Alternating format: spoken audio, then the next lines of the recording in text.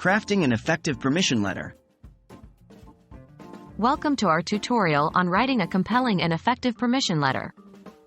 A permission letter serves as a formal request granting or seeking authority to undertake a specific action or event.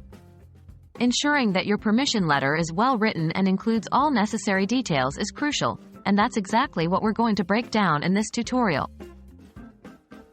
What is a permission letter? A permission letter is a formal document that's used to request or grant approval for a specific action.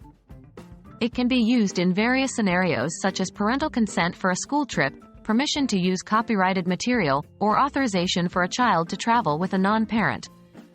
It's an essential document to guarantee transparency and prevent any legal disputes.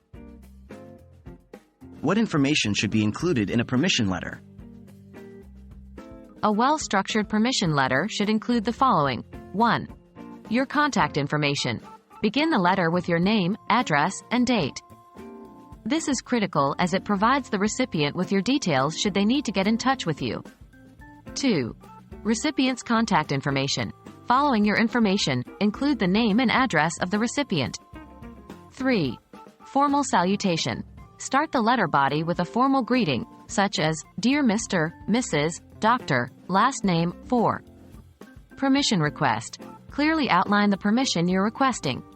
Detail the activity or action for which you're seeking authorization, and make sure to include any specific details that would be useful for the recipient to know. Be clear, concise, and specific in your description. 5.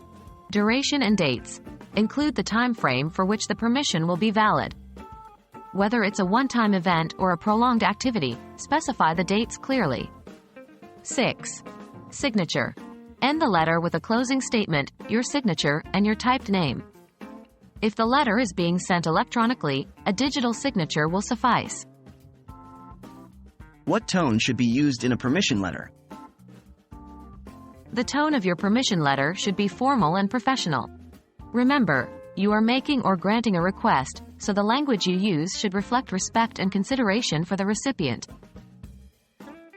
Crafting a well-structured permission letter is not as daunting as it may seem.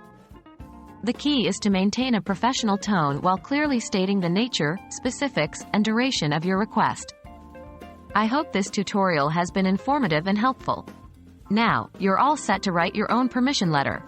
Happy writing!